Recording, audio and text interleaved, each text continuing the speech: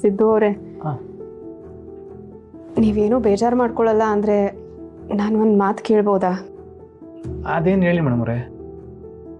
ನಾವು ಇವತ್ತೇ ವಾಪಸ್ ಊರಿಗೆ ಹೋಗೋಣವಾ? ಮೇಡಮ್ರೆ, ಊರ್ಗ ಅಲ್ಲ, ಇನ್ನೊಂದೆರಡು ದಿನ ಇದ್ದು ಹೋದ್ರೆ? ಸಿದ್ದು ಅವರೇ, ಒಂದು 2-3 ದಿನ ಇದ್ದು ಹೋಗೋಣ ಅಂತ ಅಂದ್ಕೊಂಡ್ವಿ, ಅದೀಗ ಆಯ್ತಲ್ವಾ? ಅಲ್ಲ, ಯಾಕೆ ಮೇಡಮ್ರೆ, ಇಲ್ಲಿ ನಿಮ್ಗೇನು ಇಷ್ಟ ಆಗಲಿಲ್ವಾ?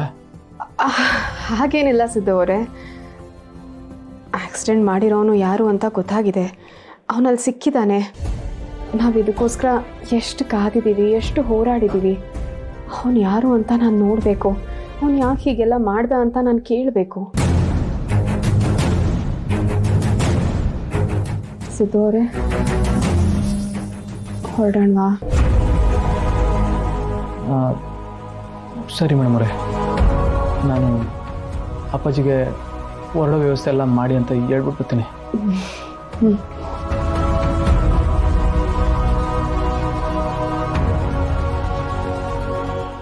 ಮೊದಲು ಜಾನಿಗೆ ಫೋನ್ ಮಾಡಿ ನಾವು ಹೊರಡ್ತಿದ್ದೀವಿ ಅಂತ ಹೇಳಬೇಕು, ಇಲ್ಲಾಂದರೆ ನಾವು ಬರೋಕ್ಕೆ ಕಾಯ್ತಿರ್ತಾಳೆ.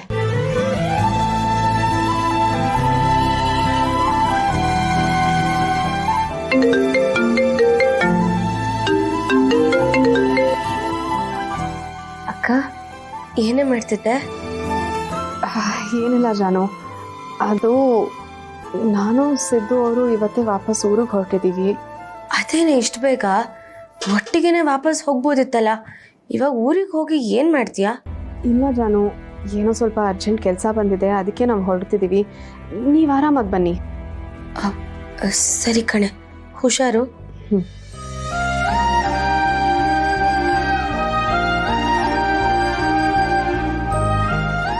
ಮೇಡಮ್ರೆ, ಅಪ್ಪಾಜಿ ಎಲ್ಲ ವ್ಯವಸ್ಥೆ ಮಾಡಿದಾರಂತೆ.